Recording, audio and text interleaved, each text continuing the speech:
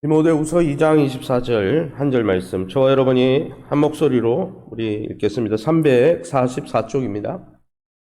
우리 같이 한 목소리로 읽습니다. 주의 종은 마땅히 다투지 아니하고 모든 사람에 대하여 온유하며 가르치기를 잘하며 참으며. 아멘. 예, 오늘 우리 7월의 품성은 설득력입니다. 설득력. 설득력의 반대말은 싸움이죠. 싸움입니다. 그래서 오늘 말씀의 제목을 한번 따라합시다. 기도자로 자신을 설득하고 세워가라. 그런 말씀을 함께 나눌 때 저와 여러분이 이번 한 달 우리 자신을 잘 설득해서 기도의 자리에 우리 자신을 세워가시기를 예수님 이름으로 축원합니다. 사람들에게 사랑을 받는 동물 중에 새 중에 공작이 있죠. 공작은 왕궁에 고대 인도나 또 고대 사회에서 왕궁에서 기를 만큼 굉장히 존귀한 새로 이렇게 많은 사람들에게 각광을 받았습니다. 근데 이 공작은 어느 과에 속하느냐? 닭이에요. 닭과에 속하는 닭의 먼 친척벌 되는 종류죠. 그런데 여러분, 닭을 막 왕궁에 들이고 집안에서, 물론 요즘은 또 닭을 애견은 아니지만 이렇게 애완동물로 키우는 분도 있긴 하더라고요. 그런데 이렇게 닭과의 한 부류에 속하는 이 공작이 어떻게 왕궁에 입성할 만큼 사람들에게 귀함을 받습니까? 그 공작이 닭이 갖지 못하는 아름다운 깃털과 품이 있는 쫙 펼치면서 한 바퀴 싹 돌면은 진짜 이렇게 황제와 같이, 그렇죠? 그런 품위가 있잖아요. 그런 모습 때문에 왕궁에 입성할 정도였다는 거예요. 그런데 여러분, 성경에는 여러분 이렇게 많은 사람들에게 각광을 받고 사랑을 받은 왕궁에 입성한 이 공작과 같은 것이 무엇이냐? 설득력이 그렇다는 거예요. 설득력이 뭐냐? 설득력은요, 설득을 할 수 있는 능력인데, 이 설득력을 가진 사람은 인생과 의사 판단에 있어서 커다란 분수령을 만드는 사람이죠. 여러분, 우리가 사람과 사람 사이에 여러분 때로 얼마나 많은 설득이 필요합니까? 그죠? 서로 다른 이견을 때문에 의견이 좁혀지지 못해서 갈등이 생기고, 그것 때문에 얼마나 많은 사람들이 적대시하고 이런 관계를 맺습니까? 그때 여러분, 설득력이 좋은 사람은 어떻습니까? 부드럽게 설득하면서 그 원수 같은 사람을 자기 편으로 만들어 버리는 거예요. 실례로 기사에 보니까 친구가 절연하고 애인과 결별한 사람들이 설득력이 너무 좋아가지고 다시 애인을 다시 만나고 친구의 마음을 다시 되돌리고 이런 분들이 많이 있더라고요. 아리스토텔레스도 이 설득력이 중요하다 그러면서 설득력의 3요소로 로고스, 논리적이어야 된다. 파토스, 감성이 있어야 된다. 에토스, 설득하는 자의 성품이 좋아야 된다. 그런 이야기까지 했잖아요. 성경에도 뭐라고 되어 있습니까? 잠언 25장 15절 말씀에 오래 참으면 관원도 설득할 수 있나니. 여러분, 공무원 설득하기가 얼마나 힘듭니까? 관청에 가보면 요즘은 민원 때문에 좋아졌다고 해도 공무원만큼 딱딱한 직업이 없잖아요. 그러나 오래 참으면 공무원도 관원도 설득할 수 있나니 부드러운 혀는 뼈를 꺾는다 그랬어요. 아무리 뼈가 단단해도 부드러운 혀로 인해서 뼈가 꺾인다 그랬어요. 아무리 고집스러운 사람도 부드러운 혀, 부드러운 설득력을 가진 사람 앞에 무릎을 꿇게 돼 있다는 것이죠. 그러기에 저와 여러분이 이번 7월 한 달 여러분 부드러운 혀를 통해서 많은 사람들과의 갈등 속에서 갈등을 해결하고 화평의 통로로 쓰임 받으시기를 예수님 이름으로 축원합니다. 그러면 설득력이 뭡니까? 정말 예수 믿는 사람들은 부드럽게 설득할 수 있어야 되는데, 디모데후서 2장 24절 현대어 성경을 다시 한번 읽어보겠습니다. 뭐라고 되어 있습니까? 하나님의 백성은 싸워서는 안 됩니다. 잘못을 저지른 사람에게는 부드럽게 인내를 가지고 가르치시오. 여호와의 종, 하나님의 종은 했는데, 오늘 현대어 성경에는 하나님의 백성들은 다투어서는 안 된다. 다툼이 있을 만한 그런 상황을 어떻게 해요? 부드럽게 인내를 가지고 다른 사람을 설득해야 된다. 특별히 잘못이 있을 때, 또 갈등이 있을 때 그런 것을 설득할 수 있어야 된다 그랬습니다. 그러면 설득력이 무엇입니까? 오늘 본문에 넘어와서 우리 설득력의 정의를 보시기 바랍니다. 설득의 반대말은 다투는 거예요. 아까 하나님의 백성은 싸워서는 안 된다 그러는데, 여러분, 혈기가 왕성한 사람, 설득력이 없는 사람은 조금만 나하고 의견이 다르면 싸우려고 그러죠. 막 투쟁을 하려고 그러죠. 그죠? 그건 좋은 게 아니에요. 그건 성령의 역사가 아니죠. 여러분, 성령의 역사는 부드러운 혀를 통해서 갈등이 있을 때 해결하는 건데, 설득이 뭐냐? 우리 같이 한번 읽어봅니다. 시작. 상대방이 사고의 한계로 보지 못하는 결정적인 사실로 인도하는 것이다. 상대방이 지성과 여러분 감성과 사고의 한계 때문에, 그 장애 때문에 다른 사람이 깨닫지 못하는, 그래서 그러한 삶을 살지 못하는 그러한 사실로, 그런 진리로 인도해 주는 거예요. 설득하면서 인도해 주는 것입니다. 얼마나 필요합니까? 전도할 때 얼마나 필요하고 영혼을 돌볼 때 얼마나 필요하겠습니까? 두 번째는 이렇게 되어 있습니다. 한번 읽어보겠습니다. 두 번째 뜻도 나와 있네요. 같이 읽어보겠습니다. 우리의 삶 속에서 역사하시는 하나님의 방법이 너무나도 설득력이 있는 것이므로 하나님의 설득력 있는 사랑을 받은 우리도 다른 사람들이 하나님의 방법을 따라 살아가도록 그들을 납득시키는 것이다. 다른 사람들이 믿음이 약해서든 아니면 마음이 상해서든 어떤 이유에서든 하나님의 방법과 하나님의 방식대로 살지 못해서 하나님의 은혜를 누리지 못하는 그 사람을 하나님의 방법과 하나님의 방식대로 하나님의 백성답게 살아갈 수 있도록 설득해서 그 진리를 누리도록, 그 진리 반대편에 서 있는 사람을 진리 안으로 들어오도록 그렇게 하는 것이 설득력인데, 이 설득력은 우리에게 너무 필요한 것이죠. 그러면 여러분이 7월 한 달 우리가 부드러운 혀로 많은 진리를 잃어버린, 진리 바깥에 있는 사람, 또 내지는 진리를 갖고 있지만 그 진리를 누리지 못하는 사람들을 하나님의 방식으로 하나님의 은혜를 누리도록 납득시켜야 되는데, 여러분, 그러면 이 설득력을 말씀하시는 하나님은 어떤 분이십니까? 히브리서 4장 14절에서 16절을 우리 저와 여러분이 한 절씩 교독하겠습니다. 우리 같이 한 절씩 교독하고 16절은 같이 읽겠습니다. 그러므로 우리에게 큰 대제사장이 계시니 승천하시니 곧 하나님의 아들 예수시라. 우리가 믿는 도리를 굳게 잡을지어다. 우리에게 있는 대제사장은 못하실 리가 아니요 모든 일에 우리와 똑같이 시험을 받으시니로되 죄는 없으시니라. 같이 읽습니다. 그러므로 우리는 긍휼하심을 받고 때를 따라 돕는 은혜를 얻기 위해 은혜의 보좌 앞에 담대히 나아갈 것이니라. 아멘. 이 성경에 보면 우리 예수님이 우리에게 큰 대제사장이 되신다고 그랬어요. 여러분, 큰 대제사장이 된다는 이야기 뭡니까? 성경에 오늘 예수라는 표현에 그 큰 대제사장이라는 말이 그대로 들어가 있는데요. 예수가 뭡니까? 자기 백성을 저희 죄에서 구원할 자, 우리의 허물과 연약함을 대신 담당해 주시는 분. 여러분, 우리의 큰 제사장은 예수님이십니다. 할렐루야. 예수님이 우리의 연약함과 죄를 담당하기 위해서 십자가 지신 그분을 예수라고 하죠. 그게 예수님의 뜻이죠. 그런데 여러분, 이 예수님, 우리의 큰 대제사장 지신 예수님이 어떤 분이라고 그랬습니까? 그 우리의 죄를 담당하는 그분이 15절에 우리의 연약함을 동정하신다고 그랬습니다. 우리의 연약함을 모두 알고 이해해 주시는 대제사장이라는 거죠. 할렐루야.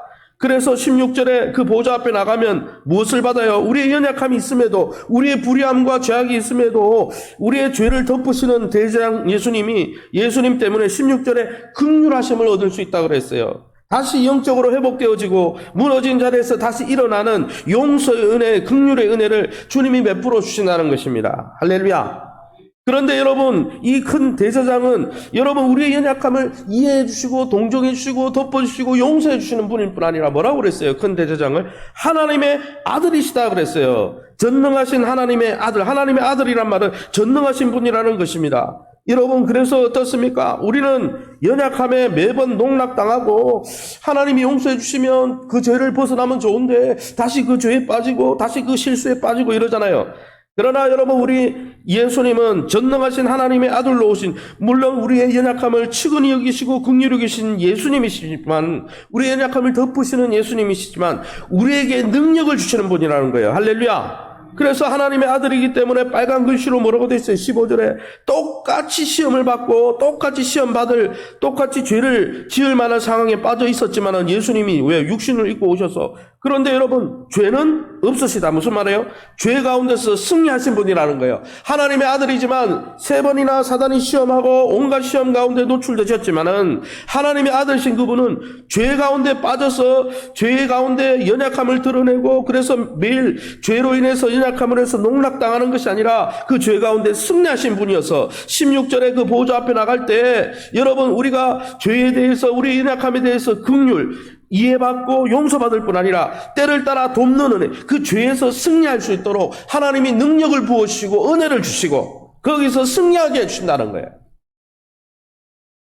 사랑하는 성도 여러분, 하나님은 우리의 연약함을 이해하시고 공감해 주시지만 그 연약함에 매번 사단에게 농락당하는 것을 허용하는 무능력한 하나님이 아니라는 거예요.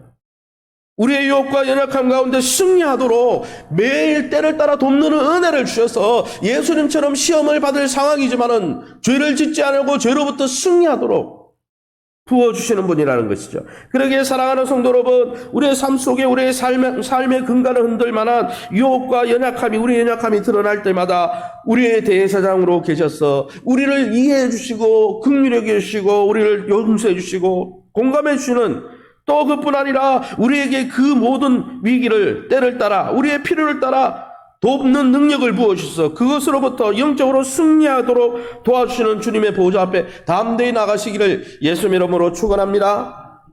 그러기에 여러분, 우리가 감사해야 될 것이 무엇입니까? 하나님이 우리의 연약함을 잘 이해하고 계시고 공감해 주시고 그 연약함과 우리의 매일 넘어지는 그 모습을 아파하시고 긍휼히 여겨주심에 감사하시기 바랍니다. 사단은 어떻습니까? 우리의 약점이 있으면 들추어내가지고, 사단은 들추어내가지고 그 약점으로 인해서 더 약점에 막 초를 치고 그렇게 해가지고 더 허물어지게 만들고, 세상 사람들도 어떻습니까? 사단의 지배를 받는 세상 사람들도 우리의 연약함, 세상에 직장생활 해보면 어때요? 약점이 딱 드러나면 그걸 보완해주고 이해해주고 공감해주고, 이게 아니고 그걸 기회로 막 짓밟고 올라가려고 그러고 그러잖아요.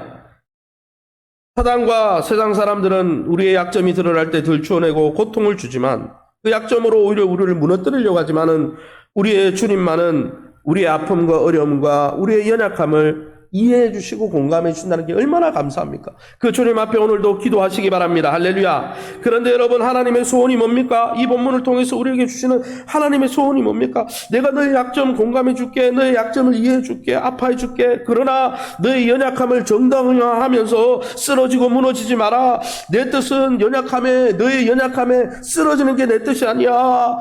나의 아들을 봐라. 내 아들 예수가 너의 연약함을 동정해 줄 뿐 아니라 하나님의 아들로서 죄 가운데 승리하기 때문에 너희를 능력으로 도와줄 거야. 연약함을 정당화 여기면서 쓰러지고 무너지는 게 내 뜻이 아니고, 승리하신 예수님처럼 예수 앞에 나와 이해받을 뿐 아니라 도우시는 능력을 받아 승리해라. 너의 약점 때문에 내가 너를 사용하는데 장애가 되지 않도록 해라. 할렐루야. 하나님, 우리의 약점 때문에 우리가 쓰임받는데 지장이 있길 원하지 않는다는 거예요. 우리를 도와주시길 원하신다는 거예요. 그러기에 사랑하는 성도 여러분, 이 새벽에 우리의 인생의 위기, 또 절망의 위기, 습관적인 우리의 죄악과 연약함에 무너지는 그러한 우리의 모습 가운데 좌절하지 말고 오늘도 내 전 존재를 이해해 주시고 공감해 주시는 주님 앞에 달려나가 죄의 권세를 깨뜨린 부활의 권능을 받으시고 하나님의 능력으로 죄 가운데 어려움 가운데 날마다 승리하시기를 예수님 이름으로 축원합니다.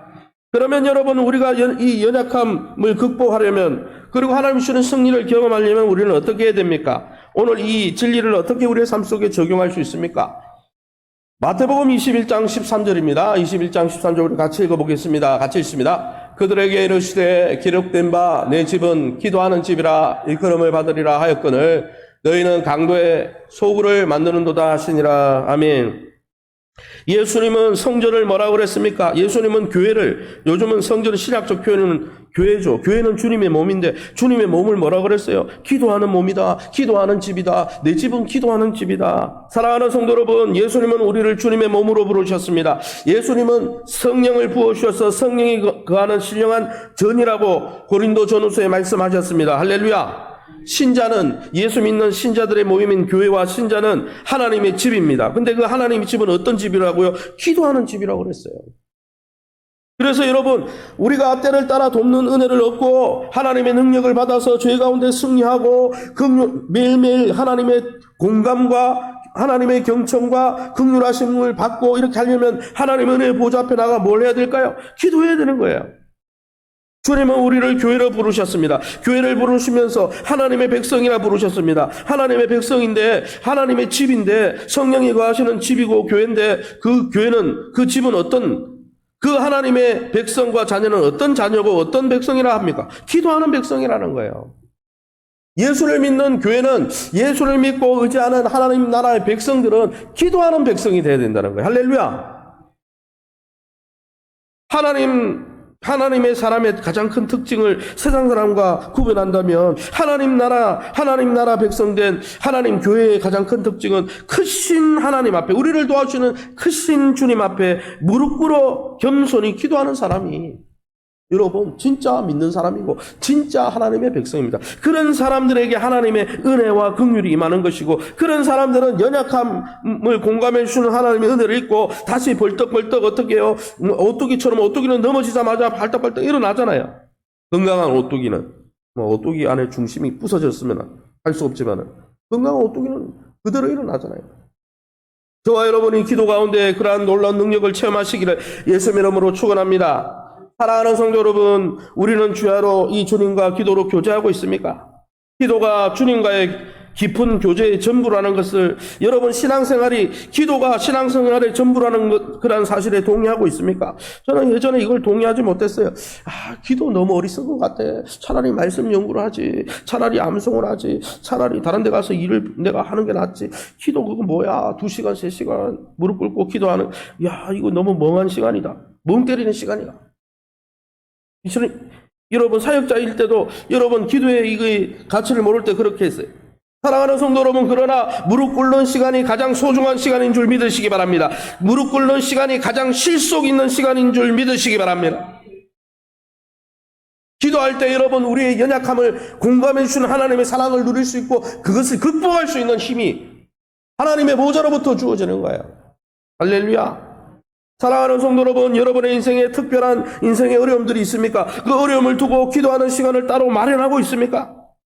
저도 보니까 여러분 어떤 사역지를 옮겨가야 되나, 어떤 사역을 해나, 나이가 점점 차가니까, 제가 담임 목사 오기 전에 부목사를 한 15년 했으니까 부목사 40쯤 가니까 이제는 부르는 교회가 없잖아요. 40 넘어가면 목사님보다, 담임 목사님보다 나이가 많을 수도 있는데 안 부르죠. 그럴 때마다 자꾸 이제 식구도 많은데 어느 사역지로 가야 될지, 어떤 사역을 해야 될지 고민이 되죠. 이것을 좀 더 확장시키면 여러분 직장 생활 가운데 어떻게 내 미래를 또 제2의 직장을 구해서 또 내 미래를 개척할까, 이거 인생이 막막하잖아요.